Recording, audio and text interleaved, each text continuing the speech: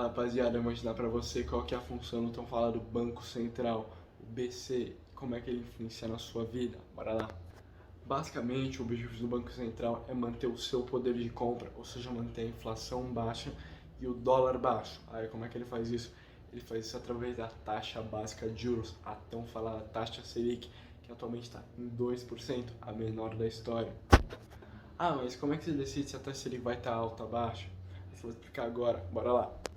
Basicamente, quando a taxa Selic está baixa, isso significa que o governo quer dar um boom na economia. Por quê? Porque fica muito fácil de pegar empréstimo. Os bancos estão cobrando juros muito baixos. Ou seja, o seu João pode ir lá no Itaú para pegar um empréstimo para abrir a sua padaria. E o Itaú vai estar cobrando 2%, vai estar muito barato. Ou seja, vai ter muita gente pegando empréstimo, abrindo seus negócios, suas empresas. Ou seja, vai ter um crescimento econômico. Ah, mas assim como tem muita gente pegando empréstimo, tem muito dinheiro sendo injetado na economia, ou seja, existe uma expansão da base monetária, ou seja, a inflação sobe. Aí vocês puderem ver, o dólar subiu muito recentemente, né? Pois é, por que isso aconteceu? Isso aconteceu por causa da baixa da taxa Selic. Por quê? Porque quando a Selic está baixa, os títulos públicos, o clássico tesouro direto, quando você empresta dinheiro para o governo, ele te paga com juros, estão pagando muito pouco. Atualmente, por exemplo, os títulos públicos estão pagando somente 2% ao ano. Isso é muito pouco, isso é menor que a inflação. Ou seja, tem pouco investidor de fora vindo, comprando real e investindo nesses tesouros públicos, comprando esses tesouros públicos. Ou seja, tem pouco dinheiro, tem pouco dólar sendo injetado nessa economia. Consequentemente, tendo menos dólar no país, o dólar sobe. Agora que eu já expliquei quais são os prós e os contras de uma taxa de juros baixa, eu vou explicar os prós e contras de uma taxa Selic alta. Vamos supor que uma taxa Selic alta é de 14%, como ela estava em 2016.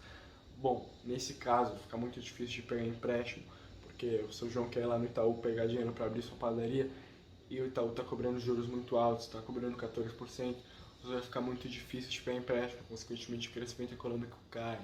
Só que como tem muito pouca gente pegando empréstimo, existe uma pouca injeção de dinheiro na economia, ou seja, a inflação fica baixa e o dólar também fica baixo. Por quê? Porque nesse caso os títulos públicos estão pagando muito.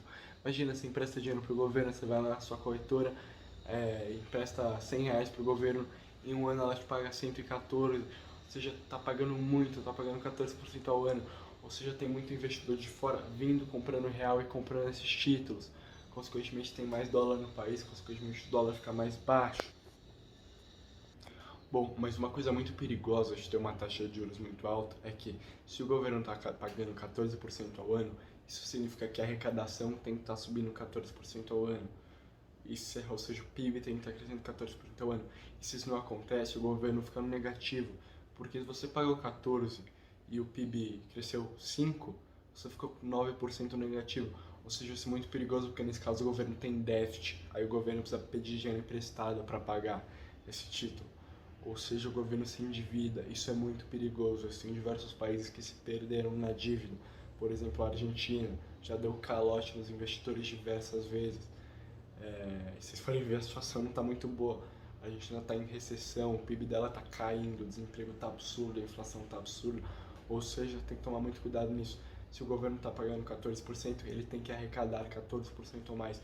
Caso contrário, ele fica no negativo. Vamos supor, o governo está pagando 14%, aí ele fica no negativo, o PIB cresce 5%, ele fica 9% negativo, aí endividou 9% em um ano, aí está endividando 18% no outro, 27% no outro, e, bom, ele tem que pegar dinheiro emprestado para pagar esses outros 9%, né?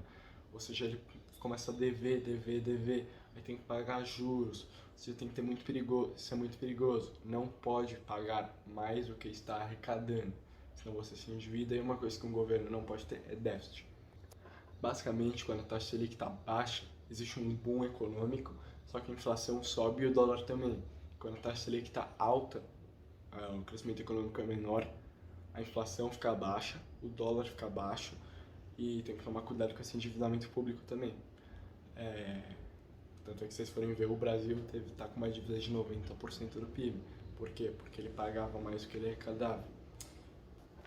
Ah, mas quando é que se decide se a taxa Selic vai estar baixa, se a taxa Selic vai estar alta?